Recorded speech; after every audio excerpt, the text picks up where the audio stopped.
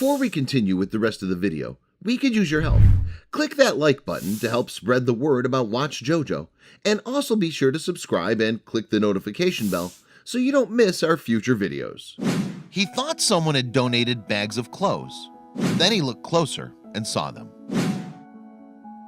A man approaches a pile of bags on the street, sure that someone has left a donation of clothes for the ministry where he works. But as he leans over to make a closer inspection, he notices something unbelievable among them. That man was Mark Purcell, who's employed as a chef with Metropolitan Ministries in Pasco County, Florida. And in fact, he made a discovery that would transform many lives that fateful day. Indeed, pastors Ronnie and Crystal Stewart are part of a refuge church in Newport Richey, Florida. They married at an early age, and as they were both raised by pastors, chose to dedicate their lives to the church. In 2007, though, Ronnie decided that he wanted to open a church in the Tampa area. He moved there with Crystal, and together they began raising their family of 3 children: Ronnie III, Riley, and Selah. When the church opened, the Stewarts were aware that Pasco County had a high homeless population and wanted to do something to help those less fortunate. Therefore, they joined forces with the Metropolitan Ministries and began serving free hot meals at the church twice a week.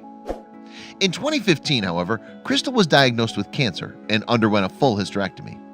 Sadly then, she and Ronnie acknowledged that they would never get pregnant again. But little did they guess what fate would bring them instead. Indeed, just a short 6 weeks after Crystal's surgery, the couple crossed paths with 2 young boys who would go on to have an incredible impact in their lives. But the story really began with Mark Purcell's chance discovery of the trash bags, or more specifically, what nestled among them. You see, Purcell found 2 small children sitting surrounded by the bags. There were actually 4 or 5 bags here, he said in an interview with Fox 13 News. A child in a car seat was on top of a bag. The other child was sitting here with his feet cold. They were only in diapers, no clothes. The child in the car seat was just 7 months old, and his brother sitting next to him was 2 years old. Their mother wasn't far away either. She was watching Purcell from around the corner. It turned out that the boys had been living with their parents in a tent in the woods. The family regularly attended the feeding program, and when Purcell approached the Stewarts with what he found, they immediately recognized the boys. So on November 6, 2015, Crystal decided that she could no longer see the young boys suffering and do nothing. She asked her husband to speak to the parents and offered to take the children home for a bath and a night in a warm bed. Immediately, the boys' parents agreed, and Ronnie and Crystal found themselves driving away with the children in their car. Only after they got home did the Stewarts realize just how badly homelessness had affected the boys. They were covered in bug bites head to toe, Crystal said. They were so filthy that we actually had to bathe and drain and bathe again 2 different times. The toddler who did have shoes on didn't have any socks on.